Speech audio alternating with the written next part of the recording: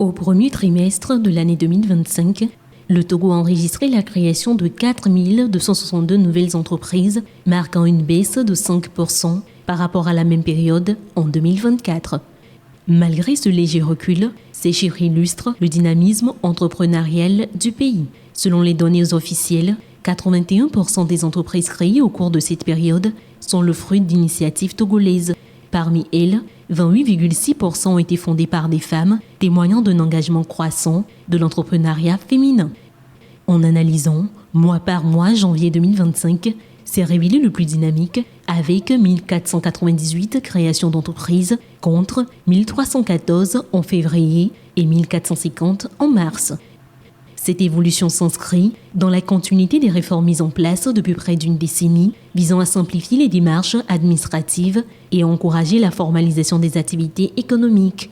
Le gouvernement poursuit ses efforts pour améliorer l'environnement des affaires, notamment en réduisant les obstacles à la création d'entreprises et en facilitant l'accès au financement. Toutefois, la baisse enregistrée au premier trimestre soulève des interrogations. Les prochains mois permettront d'y voir plus clair. Pour comparaison, en 2024, un total de 14 921 entreprises ont été créées, avec 1546 en janvier seulement, soit plus de 10% du total annuel. Cette tendance confirme que malgré les fluctuations, l'entrepreneuriat au Togo reste une force motrice du développement économique.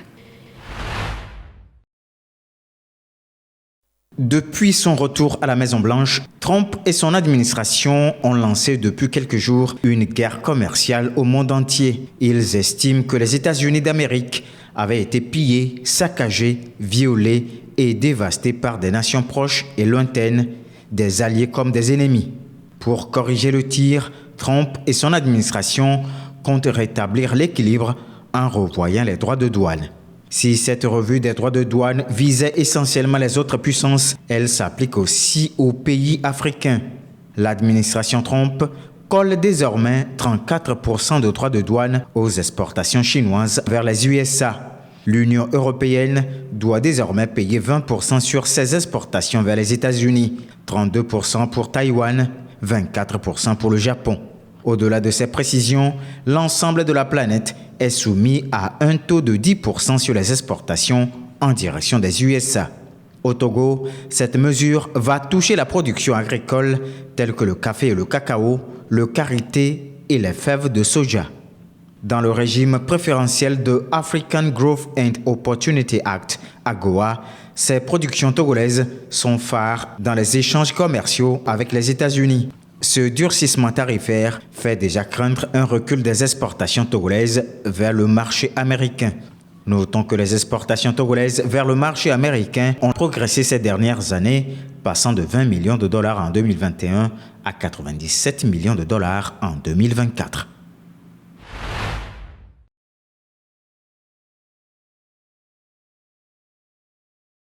La Fondation Konrad Adenauer déclarait dans son récent rapport que le terrorisme connaît une avancée claire mais lente dans le Nord Togo. Cependant, le réseau ouest-africain pour l'instauration de la paix OANEP Togo pense que les zones à risque par contre continuent de diminuer en nombre, surtout au cours de ces 2 dernières années. En janvier dernier, le réseau a sorti son rapport biennal sur la situation générale sur la sécurité humaine au Togo de 2023 à 2024. De 2020 à 2022, le nombre de zones à risque bas s'élevait à 14 et le nombre des zones à risque élevé tournait autour de 12. Pendant ce temps, le nombre de zones à risque moyen se fixait à 13. Ces zones ont connu une diminution au cours des années. De 8 en 2023, les zones à risque élevé sont 7 en 2024. Les zones à risque moyen sont descendues à 8 en 2024 contre 11 en 2023. Ces diminutions constatées dans les différentes zones s'expliquent selon OANEP Togo par les actions de sensibilisation et la mise en place des projets du gouvernement. La préfecture de Kpendial se trouve être la zone à risque le plus élevé du pays, suivie de la préfecture de Kpendial-Ouest, de Loti et de Tone. Par ailleurs, les préfectures de la Kosa au nord du pays, du Golfe et d'Agouenivé dans le sud doivent désormais faire l'objet d'attention. Les incidents sécuritaires n'ont pas seulement trait au terrorisme, ils concernent aussi la criminalité et l'extrémisme violent.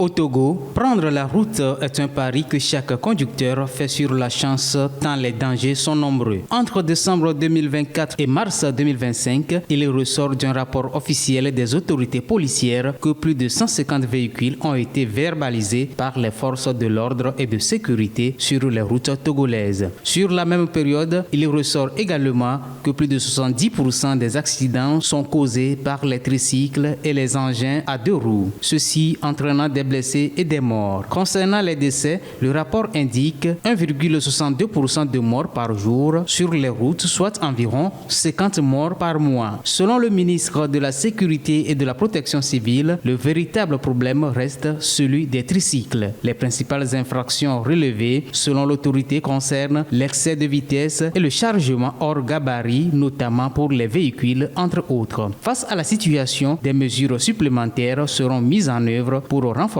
la sécurité routière. Il s'agira des mesures dissuasives et l'intensification des actions de sensibilisation.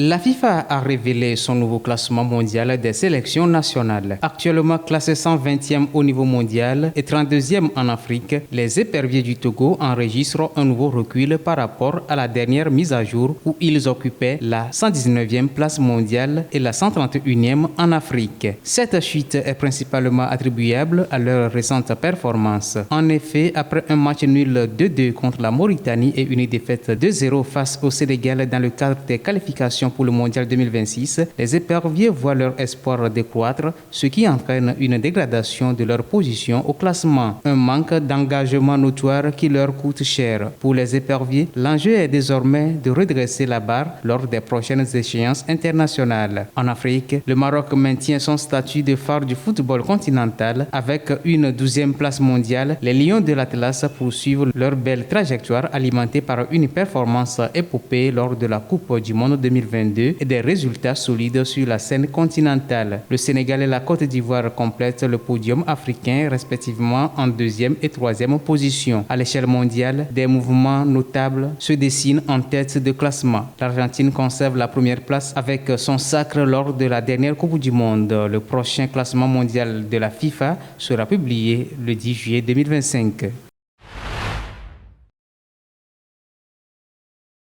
Les rebelles du M23 présents dans l'est de la République démocratique du Congo ont retiré leurs troupes de la ville stratégique de Walikale.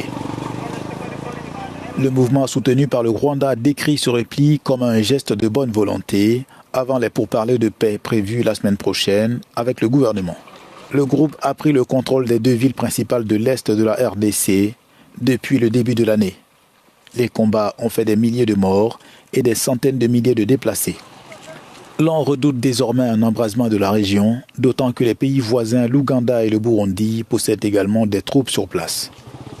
La rencontre tant attendue entre les autorités congolaises et le M23 est prévue à Doha le 9 avril, selon des sources appartenant aux deux camps.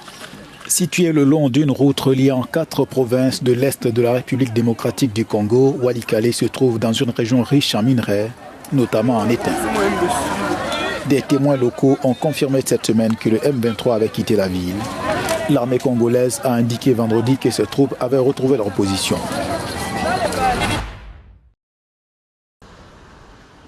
Meta, la société mère de Facebook, fait face à un procès historique au Kenya. Un tribunal de Nairobi a autorisé un procès contre l'entreprise américaine, accusée d'avoir amplifié la violence ethnique en Éthiopie lors de la guerre du Tigré.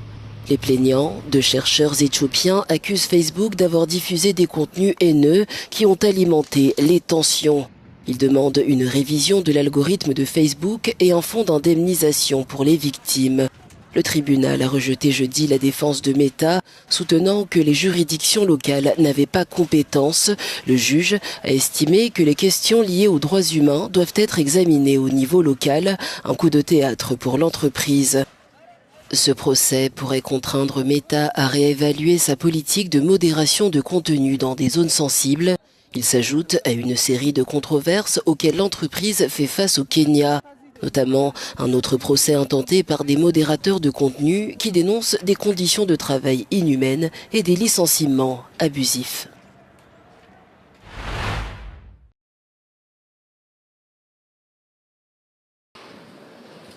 Benjamin Netanyahou a été reçu jeudi en grande pompe à Budapest par son homologue hongrois Viktor Orban, et ce en dépit du mandat d'arrêt à l'encontre du Premier ministre israélien. À l'occasion de cette visite, le gouvernement hongrois a de plus annoncé qu'il se retirait de la Cour pénale internationale, qu'il accuse d'être devenu un organe politique. Une décision saluée par Benjamin Netanyahou. You stand with us at the EU, you stand with us at the UN, and you've just taken a bold and principled position on the ICC, and I thank you, Victor. This is not only important for us, it's important for all democracies. It's important to stand up to this corrupt organization. Viktor Orban a profité de l'occasion pour se poser en défenseur de la communauté juive en Hongrie. Magyarország az elmúlt években szabadságszigete volt Európában, és a zsidó-keresztény civilizáció elszánt őre és zászlóvivője is. A sajtónak mondom, hogy a magyar zsidó közösség lélekszámát tekintve Európa harmadik legnagyobb zsidó közössége. És biztosan állíthatom, hogy ma ők vannak egész Európában a legnagyobb biztonságban. Avant la conférence de presse, Benjamin Netanyahou a été reçu avec les honneurs militaires au château de Bouddha. L'année dernière, la Cour pénale internationale a lancé un mandat d'arrêt à son encontre pour des crimes de guerre présumés à Gaza. La CPI l'accuse, ainsi que son ancien ministre de la Défense Yoav Gallant, d'avoir utilisé la famine comme méthode de guerre et d'avoir intentionnellement pris pour cible des civils palestiniens. Quant à la décision du gouvernement hongrois de se retirer de la CPI, la Cour de la Haye affirme que la Hongrie reste tenue de coopérer jusqu'à la fin de sa procédure de retrait, qui dure généralement 1 an. Tout cessez-le-feu ou accord de paix en Ukraine devrait être durable. Ce sont les mots du secrétaire général de l'OTAN, Mark Rutte. Ce dernier a tenu ses propos lors d'une conférence de presse conjointe avec le plus haut diplomate ukrainien, Andriy Sybiha, alors que les ministres des Affaires étrangères de l'OTAN se réunissent au siège de l'Alliance Atlantique à Bruxelles. Mark Rutte a insisté sur la nécessité de soutenir l'Ukraine pour mettre fin à ce qu'il a appelé un conflit mondial. Il a ajouté que l'issue de cette guerre déterminera la stabilité et la sécurité future d'autres régions comme l'Indo-Pacifique. An audience of one, which will be judging the outcome of this war, and that is the first secretary of the Communist Party of China, Mr. Xi Jinping. And he will be watching who comes out on top. Is it Russia or the West? And that will also inform him in his next steps in the Indo-Pacific. I have no doubts. De son côté, Andriy Sybiha a réaffirmé l'engagement de son pays en faveur de la paix et a fait remarquer qu'il fallait exercer davantage de pression sur la Russie pour qu'elle accepte de mettre fin à la guerre. Russia must get serious about peace. For this, it is time to increase pressure on Moscow. Now is the time for diplomacy, but also pressure and deterrence. While the media attention is on global trade wars, we must not forget there is a real full-scale war going on in Europe. Russia remains an existential threat to Europe. Selon Andriy Sybiha, Kiev a accepté une proposition américaine de cessez-le-feu total et inconditionnel, ce que Vladimir Poutine n'a pas fait. Le plus haut diplomate ukrainien s'apprête à tenir des entretiens bilatéraux avec ses partenaires et alliés afin d'explorer les moyens de mettre un terme au combat dans son pays. Yoon Suk-yeol est officiellement destitué. La Cour constitutionnelle de Corée du Sud a pris sa décision à l'unanimité. L'ancien président est reconnu coupable d'avoir violé les principes fondamentaux de l'état de droit. En décembre dernier, Yoon Suk-yeol avait tenté d'imposer la loi martiale et donné l'ordre à l'armée d'encercler le Parlement. Des élus s'étaient barricadés pour voter l'abrogation de la loi martiale. Yoon Suk-yeol avait obtempéré en dénonçant une dictature parlementaire. 국민 주권주의 및 민주주의를 부정하고 병력을 투입시켜 중앙선관위를 압수수색하도록 하는 등 헌법이 정한 통치 구조를 무시하였으며 La crise politique polarise les Sud-Coréens depuis la tentative de coup de force de Yoon Suk-yeol. Des manifestants anti-Yoon ont acclamé le verdict de la Cour constitutionnelle au moment où des partisans de l'ancien président accusaient d'ennemis ceux qui soutenaient sa destitution. De son côté, Yoon Suk-yeol dit avoir le cœur brisé de ne pas avoir répondu aux attentes de ses concitoyens. Sa destitution ouvre la voie à une élection présidentielle anticipée. Le scrutin doit avoir lieu d'ici 60 jours. Alors que Donald Trump vient de lancer une salve de mesures douanières sur la quasi-totalité des pays du monde, laissant présager de lourdes conséquences pour de nombreuses entreprises, l'industrie pharmaceutique est pour l'heure épargnée. Les professionnels du secteur restent cependant sur le qui-vive. Les mots utilisés à l'annonce des tarifs douanières étaient pas super spécifique. En fait, le mot qui est utilisé, c'était pharmaceuticals. Est-ce qu'il s'agit que des produits finis ou est-ce qu'il s'agit aussi, par exemple, des éléments qui sont nécessaires pour constituer un médicament? Ça, c'est pas tout à fait clair. Donc, nous sommes soulagés, mais nous restons très vigilants et nous appelons aussi à une action au niveau européen pour renforcer notre compétitivité du secteur. Les États-Unis dépendent en grande partie de l'industrie pharmaceutique européenne. En 2024, les produits pharmaceutiques représentaient le premier poste d'importation américaine en provenance des pays de l'Union européenne pour un total de 127 milliards de dollars. Le Danemark, la Belgique et l'Allemagne figurant parmi les plus grands exportateurs du secteur. Je pense que la plupart des grandes firmes fonctionnent à un niveau mondial. Ici en Belgique, nous avons beaucoup de présence de firmes américaines, mais aussi d'autres pays, et qui ne sont pas que concentrées en Belgique ou que concentrées aux États-Unis. Ce qui est important, c'est qu'au niveau Europe, nous faisons en sorte que notre compétitivité reste vraiment intacte. Si l'imposition de droits de douane sur les produits pharmaceutiques laisse craindre une augmentation de leur prix, les médicaments, en devenant trop chers, pourraient enregistrer une baisse de la demande, ce qui pourrait entraîner à terme une diminution de la production.